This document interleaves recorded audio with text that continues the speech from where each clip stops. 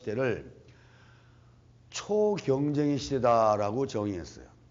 초경쟁의 시대는 어떤 시대냐? 지금까지 이름도 없던 어떤 기업이 갑자기 나타났는데 마켓 쉐어리 하던 기업을 올라타서 선두로 진입하더라. 이런 기업들이 나타나는 시대다, 요즘이. 그래서 아주 하이퍼 컴피티션, 초경쟁의 시대다, 이렇게 부르기도 합니다. 다음. 자, 이렇게 우리가 변화가 무쌍한데, 그럼 우리들은 어떻게 해야 될까? 우선 변화의 필요성을 인식을 해야 되겠다. 우리 종업원 전체가. 그 다음에 변화에 대한 비전이나 방법, 어떻게 변화할까? 이걸 갖고 있어야 되고, 우리는 변화할 수 있다 하는 신념을 가져야 된다는 겁니다. 근데 요까지만 해도 안 되고 변화에 대해서 실천을 해야 성공을 한다. 변화의 필요성을 인식 못하고 방법이나 비전과 신념만 무작정 고하면은 그건 안 된다. 변화에 대한 어떤 방법이나 비전이 없으면 혼란만 가져온다. 변화 가능성에 대한 신념이 있으면 활동하다가도 회의를 자꾸 느껴서 가다가 멈칫하고 포기하게 된다. 변화의 필요성을 인식하고 비전이나 방법도 알고 신념도 알았어요. 그런데 머릿속에서만 알고 있으면 뭐하냐 이게. 백문이 불여일견이고 백견이 불여일행이라고 합니다. 실천력이 없으면 그것은 좌절하고 만다. 이제 이런 변화 시대에 저희들이 이 변화를 수용하고 우리가 여러분 LSM 트론 가고자 하는 비전이 있는 걸로 압니다.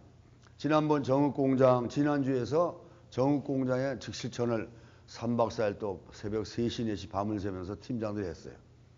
거기는 올해 1,400억 정도를 매출하는 걸로 목표가 잡혀 있는데 2017년에는 정읍공장 혼자서 1조를 하겠다 하는 비전이 딱 있어요.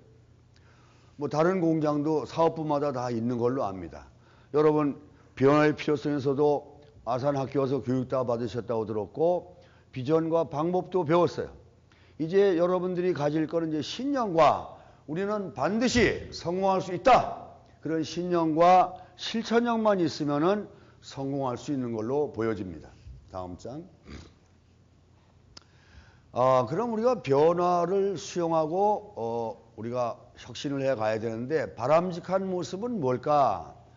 여러분 잘 아시는 찰스 다윈이 진화론 쓴 종의 기원이라는 책에 이런 말이 있습니다. 이 지구상에 살아남은 종족은 가장 강한 종족도 아니고 가장 이지적이고 머리 좋은 지적인 종족도 아니고 가장 환경 변화에 잘 적응하는 종족이 살아남았더라. 그 진화론을 쭉 연구한 결과 이 고대로부터 우리 주변에 있는 동물 중에 친하지는 않지만 빼놓을 수 없는 동물이 있는데 아주 변화에 유연하게 잘 하는 동물이 있어요. 뭘까요? 쥐죠. 쥐는 옛날 고대 성경에도 나와요. 구약 성경에도 나오고 아주 그놈은 민첩한가 봐요. 우리 인간이 살아남은 것은 어떤 변화가 왔을 때 잘 유연하게 대처를 할 줄 안다 이게. 저는 개인적으로 많은 나이를 안 살았지만은 저는 젊은 시절에 종합산서 무역사원으로 전 세계 1년에 뭐 6개월씩 나가다녔어요. 그 다음에 지금 20년 전부터는 저도 배우러 다닙니다. 국내 각 기업에. 사실 컨설턴트라는 직업은 가르치는 직업이 아니에요. 저는 고유기술을 모릅니다. 전차 궤도를 어떻게 조립하고 어떻게 단조 프레스 때리고 가공하는 건 여러분이 고유기술을 갖고 있어요. 저는 관리기술이라고 합니다.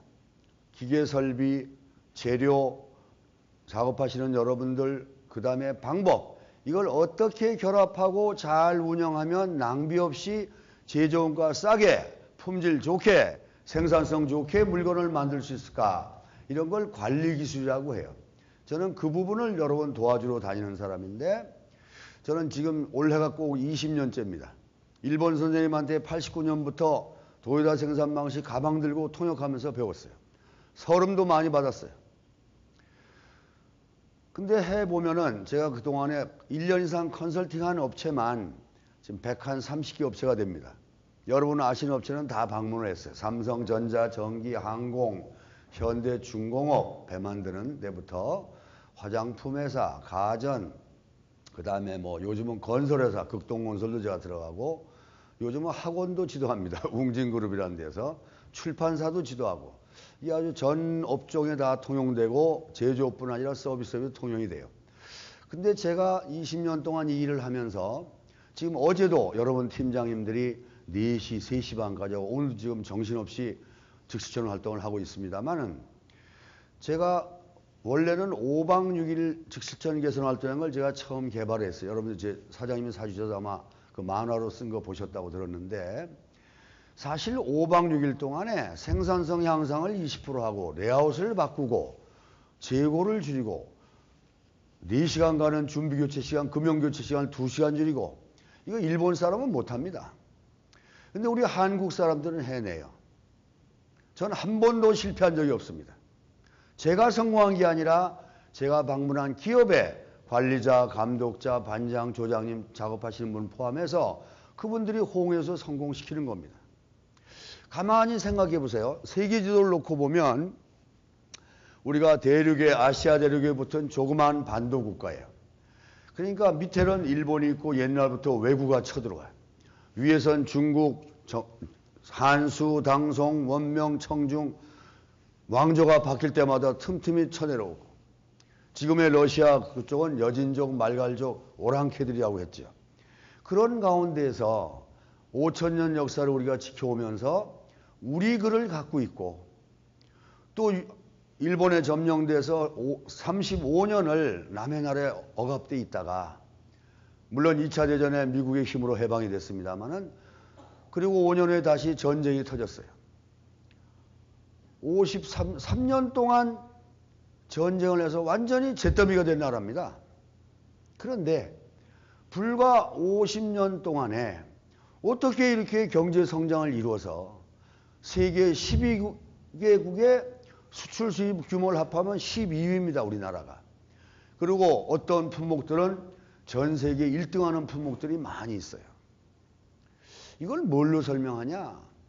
한국인은 그만큼 창의력과 은근과 끈기가 있는 어떻게 보면 선택받은 민족이라는 겁니다. 세계에서 누가 제일 똑똑하냐? 유태인입니다. 주이시라고 얘기를 많이 해요. No. 미국에 가면은 그 항공우주국이죠. 나사라고 있습니다. 휴스턴에 기지가 있죠. 거기에 과학자들이 세계 유명한 과학자들은 다 모여 있습니다.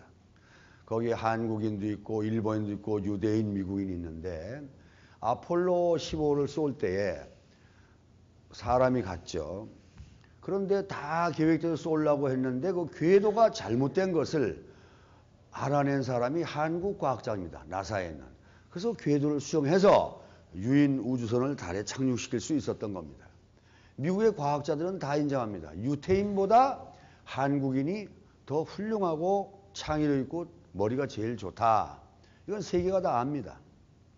우리는 특별한 민족이에요. 어떻게 보면은 조그마한 나라에 4,800명 모여 살지만은 13억 중국에 우리가 공장을 내서 거기서 여러분이 진출을 해서 전자부품도 가 있고 뭐 트랙터도 이번에 공장을 짓는다고 하고 글로벌 기업을 이루고 있죠. 엠트로는. 그래서 우리 한국인은 특히 그러한 외세 침략, 역사적으로 보면 몇백 번을 침략을 받았지만 대한민국이라는 국호를 유지하고 특별히 1446년에 세종대왕이 한글이라는 것을 발명을 했어요. 우리 글을 갖고 있습니다. 자기 나라 글이 없는 민족이 많습니다, 여러분. 남의 나라 글을 갖다 쓰기도 하고. 심지어 요즘